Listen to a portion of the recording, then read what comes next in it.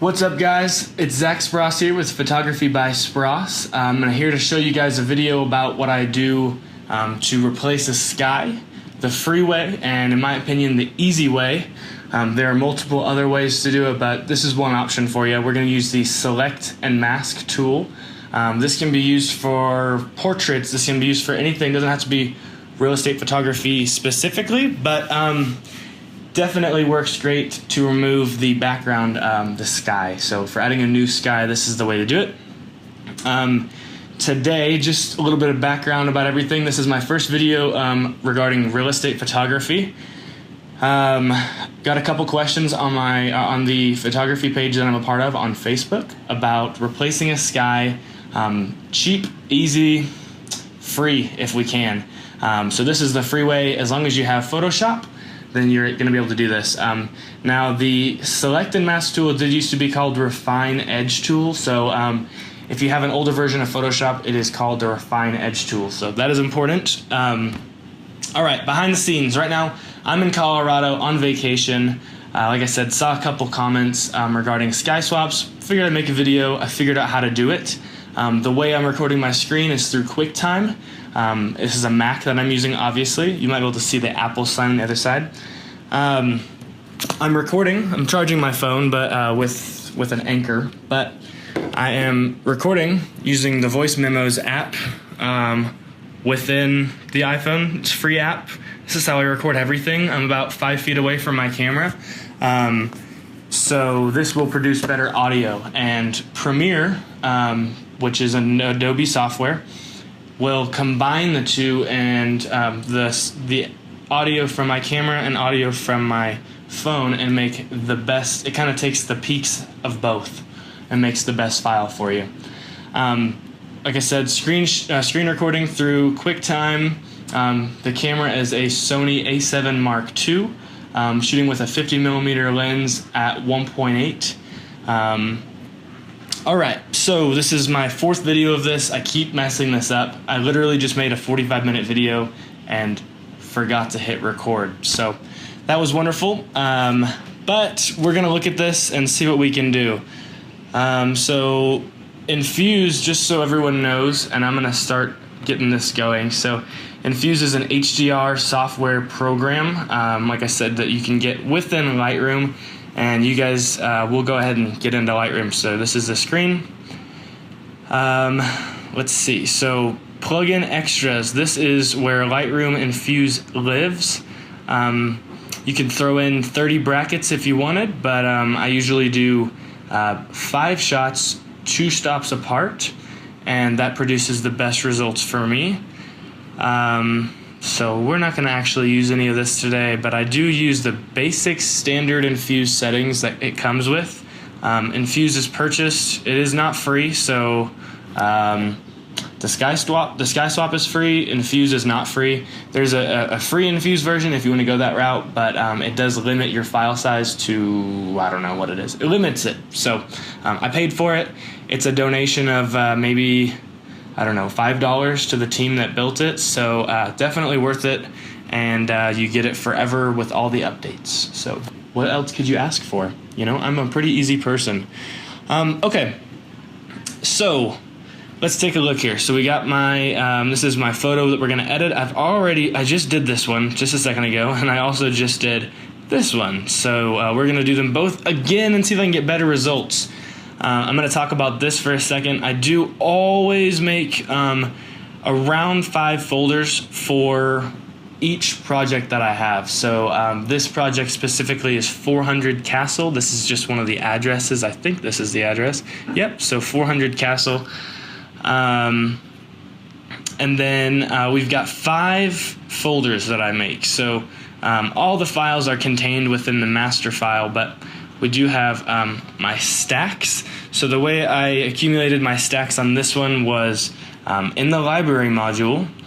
By clicking on this, you know, where the master file, master folder is, I can go into photo, stacking, and then I can do auto stack by capture time. So this is going to be before Enfuse, but it's important. So we'll click auto stack by capture time. I usually do it into this so you guys can see I have 50 stacks. at 83 photos without somewhere to belong. So this is going within 19 seconds. If I wanted to increase that, sometimes it takes me up to 40 seconds to finish all of my photos. We can see it's got much less photos without a stack. Anyways, I've already found my stack, so I don't need to do that again.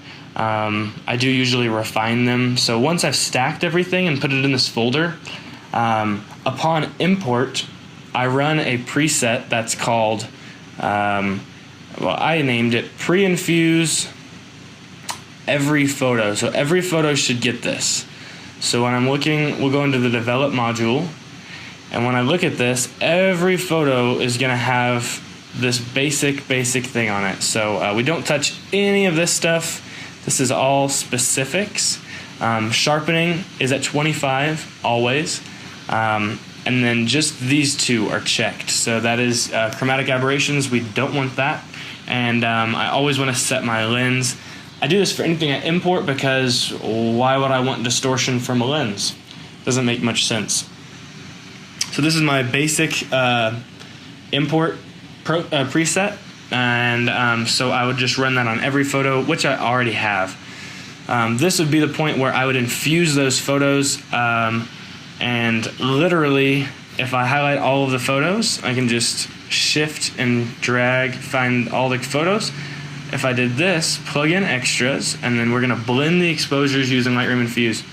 One of the things that I'm allowed to do is click this batch mode. So all of these stacks that I have, 6 and 7 photos, will automatically blend. So normal HDR processing softwares, it's individual. Some of them will let you do batch modes, but this one is really nice. So I would just batch mode it, and this is a different folder, but how I have them set up would be I would take them from the I would take them, let's see here, I think this is the one, yep. So I'd take them from the stacked folder and I would put them in the Infuse. So you guys can see I already have files in this folder.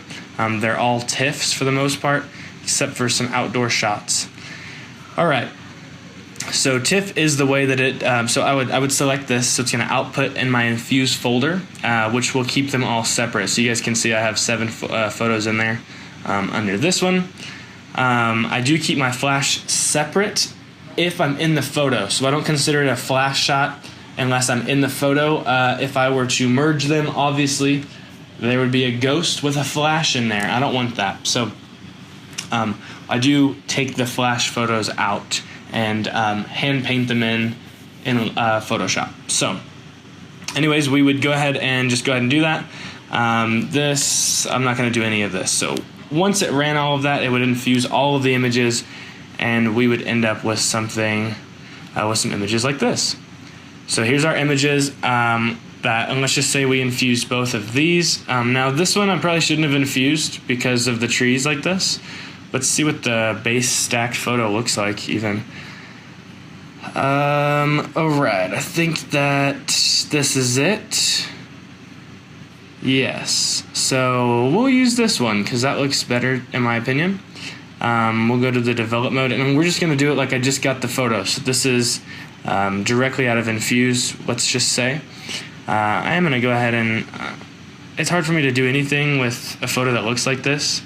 So I'm going to let auto do some work. That looks much better. So auto is looking good. Verticals looking good. Let's see. Yeah, I'm happy with that. So there's our photo. So you guys know I do shoot in 16:9, 16:9, but it actually shoots the whole frame, which I love because sometimes I need to grab more of the sky, and I don't want as much sidewalk. So this would work out perfectly for me in this instance. More sky, less sidewalk. So here's the house. A couple things I'm going to do with it. We can just see sky is terrible, boring, blah. We'll increase the exposure a bit. I usually bring my contrast anywhere from 20 to 30, actually 15 to 30 depending on the image. Highlights, watch this, go all the way down. easiest move I have. Shadows, bring them up about 20-30%, so we'll actually do 24 there. That looks good to me. And my whites, I do usually bring up just a tad, 15 again to 25 is good. Blacks I bring down about the same, 25 to 35. I always do that. Whites go up, blacks go down. Okay, now what do we got? So clarity in here. So we're gonna do clarity. We're gonna increase my clarity. I think right about there is good. Usually anywhere from 5 to 15, about max. Same with vibrance, except for vibrance is a little bit more touchy. Definitely do 5 to 10. Saturation, 5 to 10. That's a little bit too much saturation. So I might actually do something like that. Okay, so I am happy with that. We'll do that. So tone curve, and I talked about this for about 30 minutes on my last video. It won't take me this long on this video, but you're gonna love this. I didn't really utilize tone curve until this week. Okay, but look at this. So this is our histogram, which you guys should probably already know if you're a photographer. And it runs similar, it runs exactly like this actually. So we have 4 zones. This one has 5. It doesn't have exposure on this one. So as you guys can see, column 1, column 2, column 3, and column 4 separated by these lines. So first column is our black, second one is shadows, third is highlights, and fourth is whites. So as we can see on our histogram, we don't have a lot of information at the top. This gray is where the information is. So I am gonna actually bring, in this row, I'm gonna bring it down, right? So that's not looking too good there. I'm gonna bring this one down too, all right? So there's that. So now on both my blacks and my shadows, I've taken some of the white out, and that's all this is. I'm just taking some white out of the shadows. So you guys can see it did give me some great contrast in the leaves right there. But that's not the whole image, and I'm showing the house, not the trees. So I usually just do one dot in each spot. You can usually do just fine with that. A lot of people will do spot sizes, you know, like 30 or 40 spots in there. It's just crazy and unnecessary. So in my next one, we can see we have no information in the top, so most likely it needs to stay down. If I bring it up, you guys can see that it's just awful. If I really had to, I could bring it up to there to kind of put some white in my highlights. I don't need to do that. I'm happy with that image right there. So I actually took some white out of my highlights, and I'm gonna take some white out of my whites as well. So you guys can see, usually when I pick a path, it stays under the linear line. And so that's good there. And if I wanted to, I could always change to the green and all that stuff. You don't need to, I don't ever really touch this. So we'll just go back to RGB and only mess with that one. So onto the HSL sliders, which I find are very important and I utilize every single time. I never really use hue, so I will say that up front. If I were to use hue on an image like this, I would change yellow. You can see we kind of have some yellows in the grass. This is a Texas image, and stuff just doesn't really, we don't have the best soil. It's not California like Rich Balm. Rich Balm, by the way, thank you. If you're watching this, I have gotten everything I learned from you guys. I encourage you to check out his videos as well. Much more experience and definitely knows what he's talking about. So we'll go ahead and slide my yellow slider towards the greens. You guys can see it's just kind of turning all my yellows a little bit more green, obviously. You guys can see it changes it green there and orange here. I don't need it that much. That looks pretty good to me. So anywhere from 10 to 20 on the yellow slider is pretty good. And sometimes I like to bump green a little bit more green, just for the grass, depending on the image. So now we have saturation, and this is where I really start to mess with the sliders.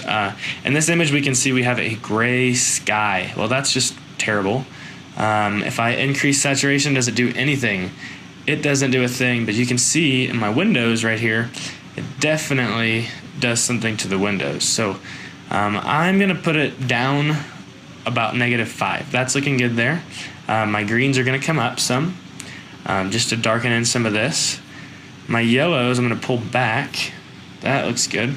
And then, cool, oranges can come up. That's a usual thing for me. I like orange tones better than I like yellows, so usually take some of the yellows away and increase some oranges. Now I do always, for the most part, I say always for the most part, decrease my luminance, especially on people and a lot of wood. That'll really help you guys manage the punchiness of the wood tones in your photos. So anywhere from, I probably do about 10 to 20 again on the luminance of the orange. The red, and just play with these sliders and see. There's no red in the image at all. Green, I take my luminance down. You guys can see it just kind of darkens up the greens. Blues, if I really needed to, I could take them all the way down. Well, if I were to do this in a real photo that had an okay sky, about 20 is going to make it pop, and it'll really make it pop. And in that case, I would increase my saturation. But since I already know the sky there's no hope for the sky, I'm gonna just leave it like that. Now we have sharpening. Sharpening is something that I do with every photo. Usually it is involved, like I said, in my pre-infused settings. I set the sharpening up. You guys can see this. This is base sharpening settings, so 25, 1, 1, and 0. I do leave it at 25. However, I've never seen a time where I don't need radius and detail all the way up to the top. If you guys are just hold down your Alt or Option button and kind of play with this slider, you can see that's got like not a lot of detail to it, right? But this has a lot of detail. It looks much better. So I want detail. Now this would be something maybe on a portrait you wouldn't want to make so sharp and all the little details, but both radius and detail, I do drag the sliders all the way to the top. You guys can just see, look at that little square image right here. You can see how it's not really sharp and then obviously sharp.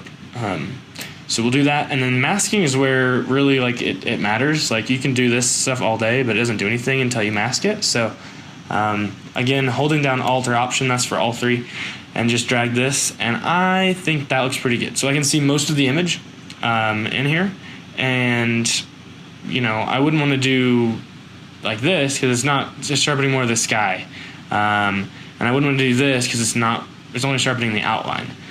In Photoshop that might be okay because you could do multiple layers, but this is looking really good for me. This is something that changes every single time, every image. I do that manually myself. Good thing is it's just a quick slide and hold down the Alt button. So, and again, this is part of my pre-infused preset. You guys saw that I did not use an infused photo. This is just one of my stacked photos. And I'm going to keep this because I didn't like the trees, the way Enfuse handled the trees. What I could have done was left the Enfuse folder file and masked in these nice leaves. That would have taken a long time and didn't feel the need today. So I always remove chromatic aberration and enable the lens profile. Like I said, that's part of my preset. And you guys can see that preset right here. So every photo gets that. So don't need that anymore. I do shoot with a Sony 16-35 f4 by Zeiss for all my real estate shots with my Sony a7 Mark II. I've already talked about that though. And we set it to we set it to auto in the beginning. So cool. So this is ready. I don't really use vignetting unless it's a portrait. I've been doing some portraits, so that's why that's out. Okay, cool. So that's done there. We have our photo. Everything looks really good except for this guy, and you can even see the windows have some blue in them. I left some blue in there on purpose. It's gonna look good when I put the sky behind it. All right, so let's look at Photoshop. So this is gonna be the sky I'm gonna put behind this photo. I've already got this photo in here, but it would look the same if I didn't. So ready? I'm gonna bring this photo into Photoshop. We're gonna edit it in. Edit in Photoshop, yes, please. So it should pull it up. If not, I'll just click right here, open up Photoshop, boom, there it is. All right, so there's Photoshop. Well, hey, where's the sky? Sky's in a separate window. Oh my gosh, how do I get it? Well, click the window, go to Arrange, Tile All Vertically. Now, vertically is the first option. If you wanted to do horizontally, whatever. It does not matter. Clicking on this, I have the layer. I usually put the sky on top of my background image. I don't like to really mess with my background layers too much. And let's say I had, 5 to 8 sky swaps, and I wanted to use the same sky on each one. Well, instead of having to click X and re-import them every single time, I'm just gonna leave this here, and instead I'm just gonna select this, consolidate all the tabs. So now I'm on the correct tab. Now, as you guys can see, this is not going to cover up my full sky. So I have pressed V, and this is gonna move around the sky, but it's not big enough. So check this out. We're gonna put it up here, and I will do Command T. It's gonna transform the object, and we'll go ahead and just click and drag that. So that's looking pretty good, but I want my skies on top. So let's just do that, and instead pull from here. Okay, cool. So much happier with that. And you know what? I'll even take it one step further and pull down to there. Okay. Man, I might even need to do another one. I really want these clouds. Okay, let's just see what that looks like here in a second. So we'll hide that layer, and hopefully, oh, I'm sorry, I need to click check. We're gonna leave that there. So now we're going to hide that layer, and we're gonna select this background. So the way I'm gonna select the background is the quick selection tool. I press W, that'll get me to the quick selection tool. Then this is pretty easy. You just click and drag. Photoshop should understand, relatively what you want selected. I just kind of poked in here, got some, and then that's looking pretty good. So it does obviously got some tree in there. This is by no means perfect, and I don't need it to be perfect yet. Okay, so you guys can see I was on the wrong layer, so it wasn't gonna let me click this. Once I changed to my background layer, my selection's active, and I can select and mask. So now that it's selected and masked, I use this setting. It makes the most sense to me. If you like any of the other settings, go ahead and use them. Sometimes this one's nice too, because I'm used to seeing the screen when I know that it's not there. So whatever, I'm gonna use overlay though. There is an opacity for layer masks that you can visibly see with the overlay tool. So overlay it is. I'm gonna click off of that. I do want to invert this. So right now it's telling me that everything in red I want. That's my selection, right? Well, I need to actually, instead, I don't want this, I want this, so I need to invert it. So now it's telling Photoshop that I want the house instead of the sky. So here we go. Like I said, we can see that it is a very spotty job, but I want to do it like this to show you guys that it's really easy to correct once we finish. So I never really touch this stuff, and y'all don't need to either. We'll come down here and we're gonna output it into a layer mask. So when I hit OK, there we go. I'm doing a video. All right, so now, sorry about that. That's my brother. We're on vacation in Colorado. All right.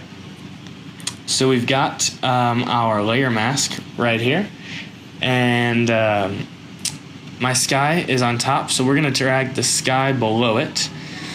So there's my sky. That's looking like it's gonna be a really good sky, minus this. So check this out. So we're gonna go to the V tool. I'm gonna move it to a place where it's more blue. In my opinion, when you find a better contrast between the white and the blue, and the green and the blue, Photoshop can really understand that better. So again, we're not done. This is not the way it's gonna finish, and this is not how it's gonna look. When I hit, so now we're gonna go to the layer mask, double click on the layer mask, brings up this dialog. So I'm gonna move to this tool. So this looks like, in my opinion, like hair, tree, leaves, whatever you wanna call it. It's the Refine Edge brush tool. Sorry, I was gonna move my phone, but this is my microphone, I need this. All right. So since we're on this tool, and since I have the background showing, I'm sorry. I'm gonna show you guys if I didn't have this here, watch how bad this does, this tool. It's gonna try to find a difference, but it's not realizing that this area is not green, which you would think would be a pretty easy thing to understand. But it doesn't have anything to contrast against. So when I do make this visible and do the same thing, now Photoshop is going to recognize, oh wait, whoops, sorry, I didn't click the right tool. Now Photoshop is going to recognize, oh, well you're right, that's not the sky. Or that's not the leaves, you know, in fact, this is the leaf. So I do really like to do small selections and let Photoshop really think about them. But you will see that Photoshop is a pretty good program and understands it's amazing what Photoshop can do. So we'll just throw it in there, and you guys can see that's getting my leaves pretty good. Now nothing's going to be perfect by any means, but you know, I mean, it's really easy. I'm literally just like drawing, like nothing special on that at all. Photoshop's just figuring it out. And a lot of this, see, look, I didn't even get any of this, and Photoshop is going to pull it back in and say, we want that to be visible. So we'll let it load. It's doing a lot of things right now. And you can see I didn't even go over this area yet, and it's already understanding, oh, okay, we don't want that. So this should be pretty good. Okay, so that's got that area really well. We're gonna get in here. That looks really nice.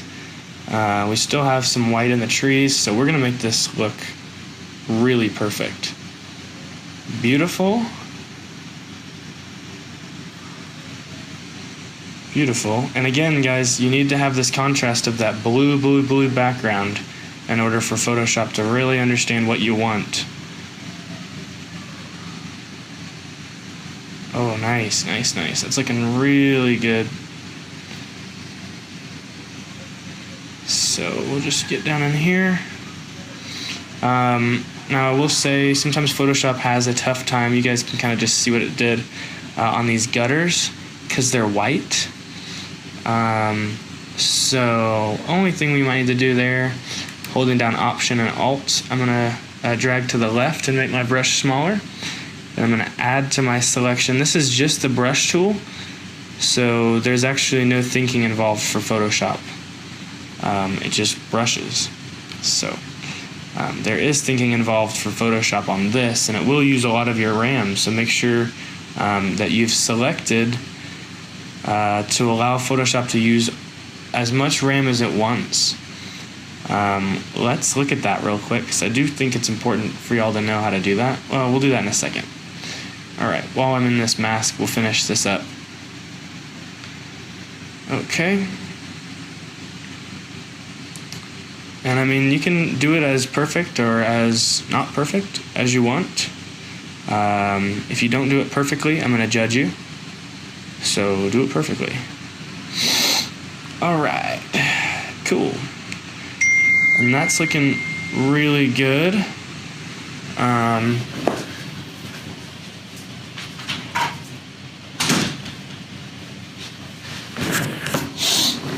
Alright. And we'll just get these last final touches in there. Alright. It's looking good. You guys can see, so this is kind of what I was talking about with the opacity. You can see my sky's kind of coming through. And Photoshop, if I were to go over this again, it might even add more of it to the sky, and I don't want that. So instead we're going to do the paintbrush tool. We're going to hit the Alt or Option button. You guys can see the plus turns to a minus. And actually, I'm sorry. I want a plus. I'm adding to my selection. Sorry. Alright, there we go. That's looking at least better. It's not going to be perfect, and for the sake of this video, it doesn't have to be. Alright, so that's all looking really good. It did exactly what I needed it to. Okay, perfect. So, and again, this is inverted.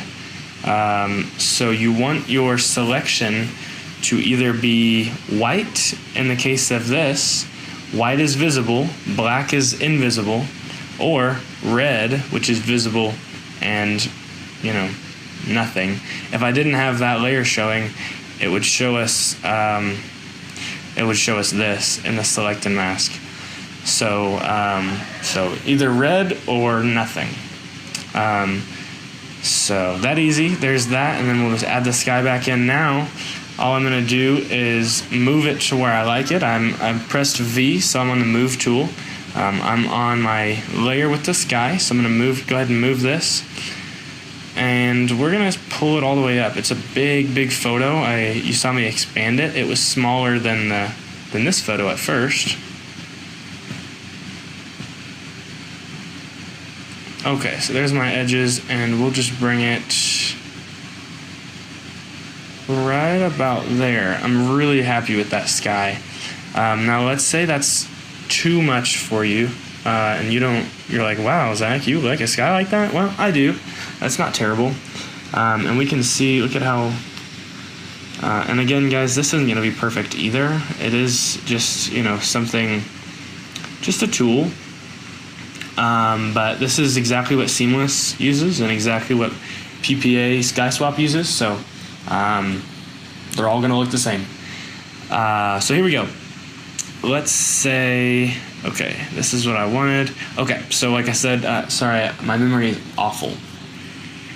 We're gonna turn on the saturation. I'll go to my hue saturation filter, and we'll place that right above it, and literally all I have to do is turn my saturation down just a tad, and that matches my image almost perfectly. I'm really happy with that. All we can do now is we will flatten the image, or flatten the layers, sorry, and we'll just hit Command SW. So that's going to close the image and re-import it back into Lightroom. And so now we've got basically the original, which is terrible, and my new photo with all the adjustments. And so when I'm done with this, this would go into my master edits folder. This is not the me folder, this is the master edits. So I'll just click and drag it on over there, and we'll take a look. This was a drone photo I did with the sky swap in it. I guess I could do that one too. So I'm happy with that. Let's take a look. I don't even know which one I just did. I guess it was this one. So that looks really good.